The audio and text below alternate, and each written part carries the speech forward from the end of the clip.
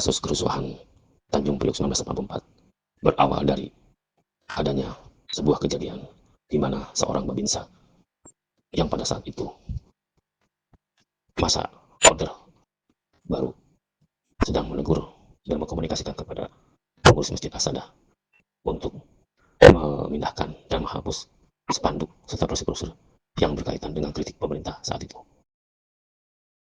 Pada era 1984 adalah era di mana yang berkuasa saat itu adalah Presiden Soeharto, di mana kita mengetahui bahwa Presiden Soeharto merupakan presiden yang memiliki latar belakang militer, sehingga saat itu TNI sebagai sebuah elemen keamanan dan ketertiban memiliki peran penting dalam pengontrolan saat itu orang maupun TNI yang merupakan babinsa atau pembina sebuah wilayah berupaya mengkomunikasikan itu.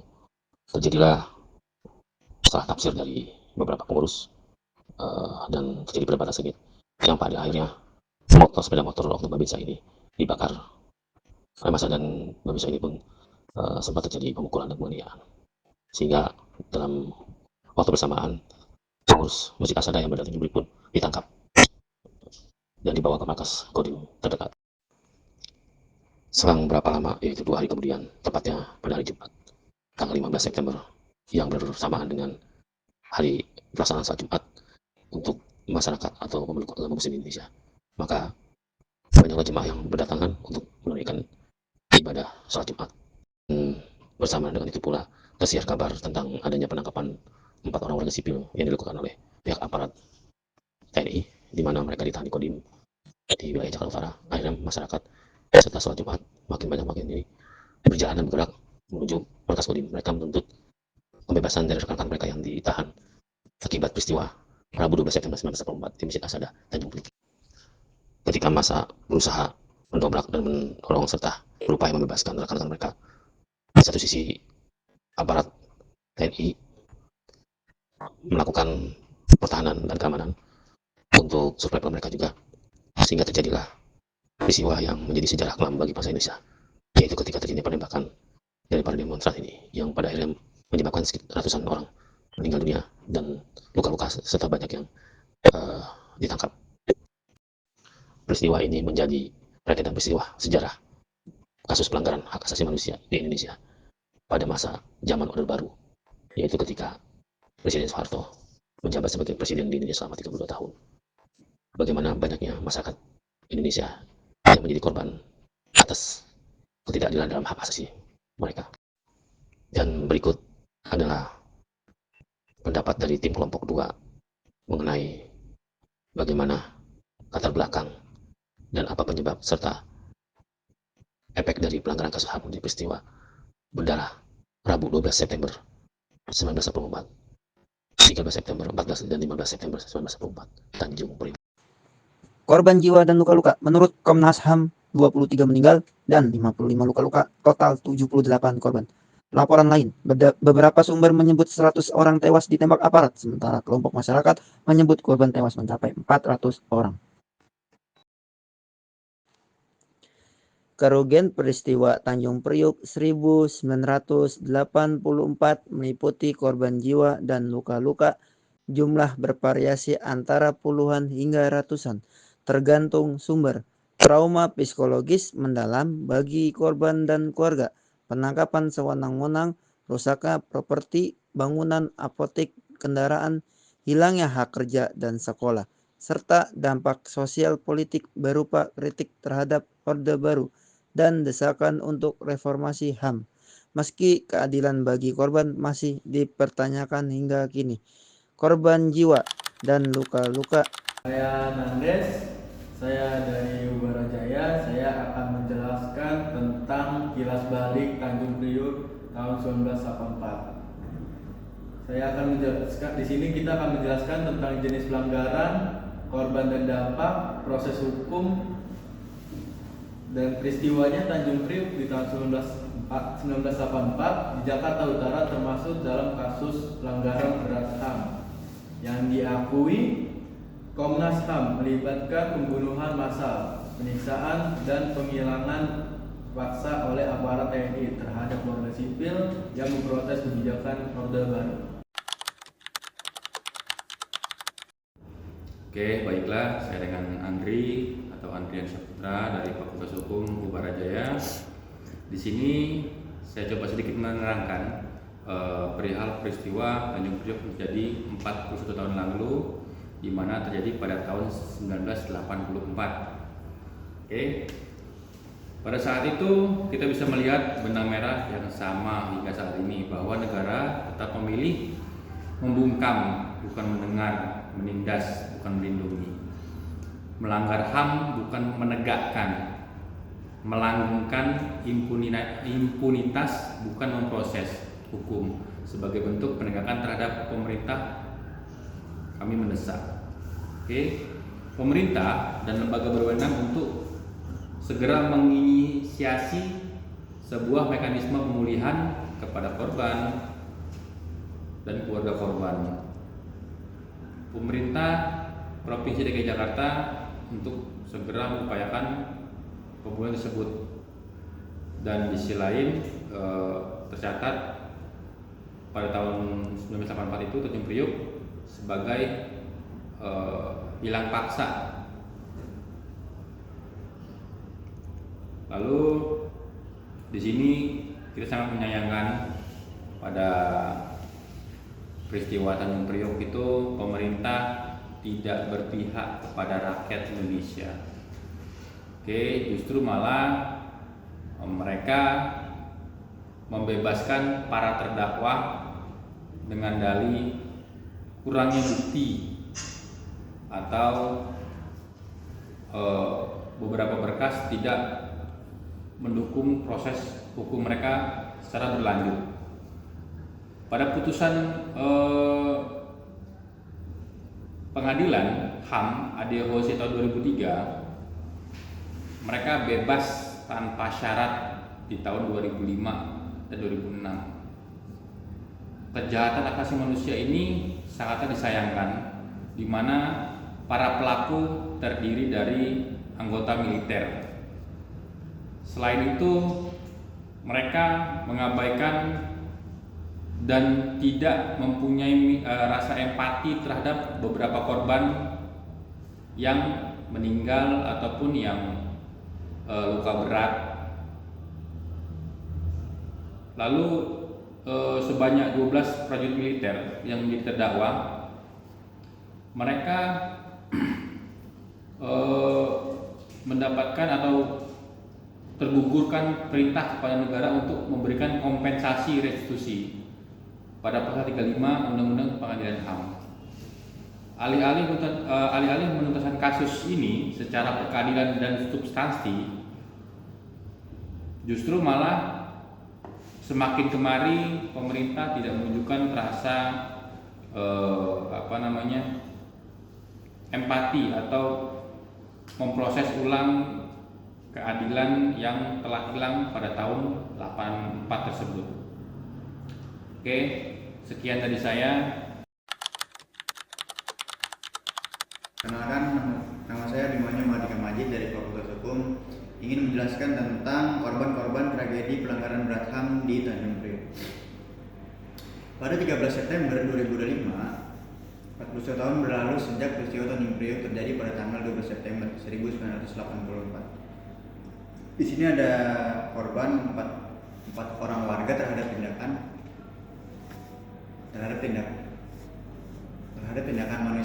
tindakan tak manusiawi Sertu Hermanu yang terletak di Jakarta Utara, yang melepas kekerasan yang membabi buta oleh aparat seperti menembak massal secara paksa, yang menggunakan pansus militer, hingga melakukan tindakan penyiksaan terhadap warga, termasuk praktik penghilangan paksa yang korbannya masih hilang hingga hari ini.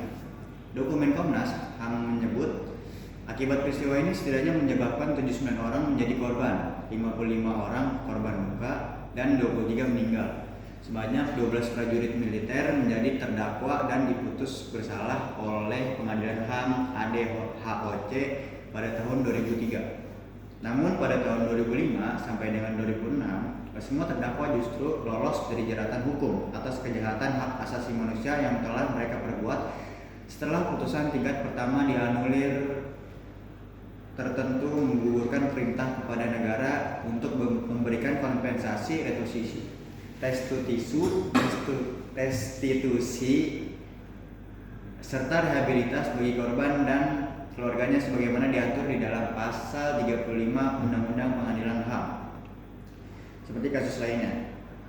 Alih-alih menuntaskan kasus ini secara berkeadilan dan substantif, kami tentu kecewa dan amat menyayangkan janji palsu rezim sebelum di bawah kepemimpinan Presiden Joko Widodo yang tidak hanya mengabaikan peristiwa Tanjung Priok dalam pidatonya 11 Januari 2023 lalu, namun juga telah menunjukkan upaya yang sistematis untuk memutihkan dan merupakan kewajiban negara bertanggung jawab terhadap pemulihan korban maupun keluarga korban. Berganti rezim di tangan Prabowo Subianto semakin berat rasanya jika harus mempercayakan nasib keadilan dan bertanggung jawab terhadap salah satunya. Tentu saja di balik pesimistis harapan terhadap presiden hari ini, timbul pernyataan publik apakah negara bisa serius memiliki komitmen untuk menuntaskan segala carut-marutnya negara dalam menangani berbagai kasus pelanggaran HAM.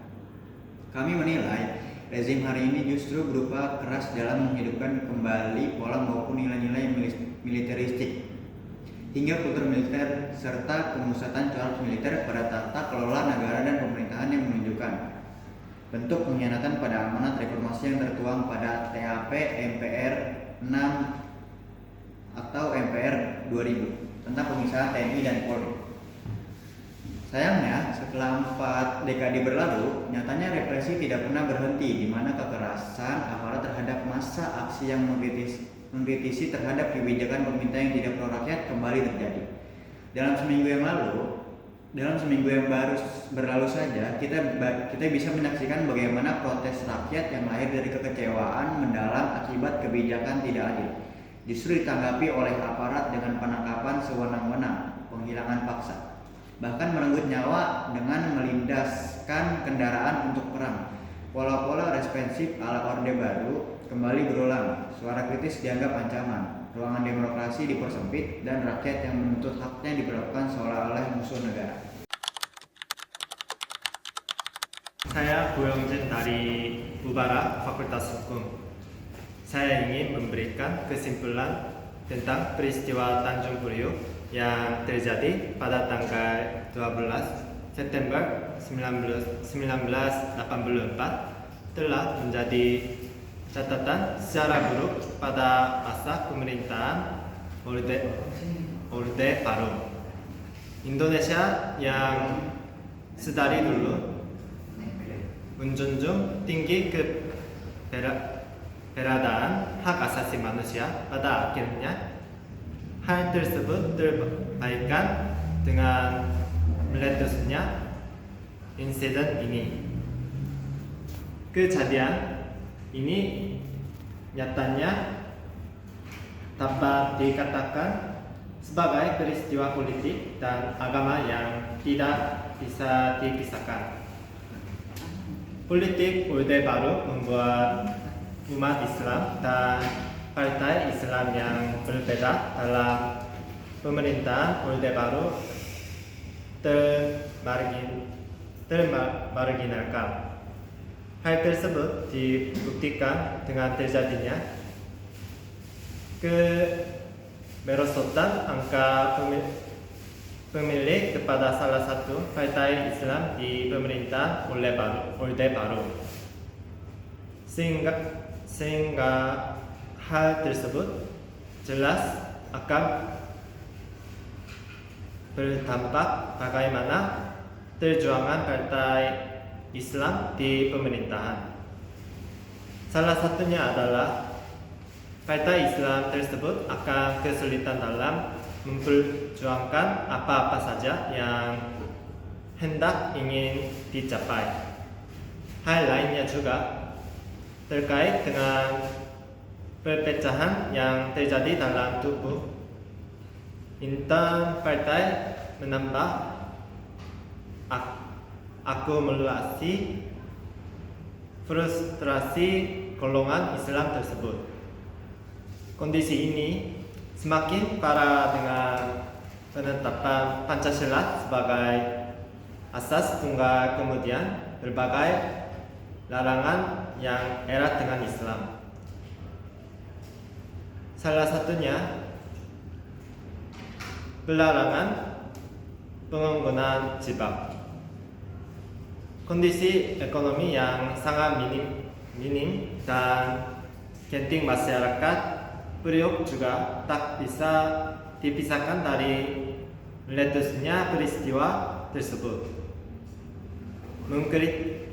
Mengkritisi jalannya pemerintah tersebut terus dilakukan oleh masyarakat Priok dengan berbagai cara sebagai melalui pengajian, ceramah-ceramah yang kerap menyinggung jalannya pemerintah hingga tersebar poster-poster propaganda yang ditunjukkan kepada pemerintah yang pemerintah anggap kerap mengandung unsur sara.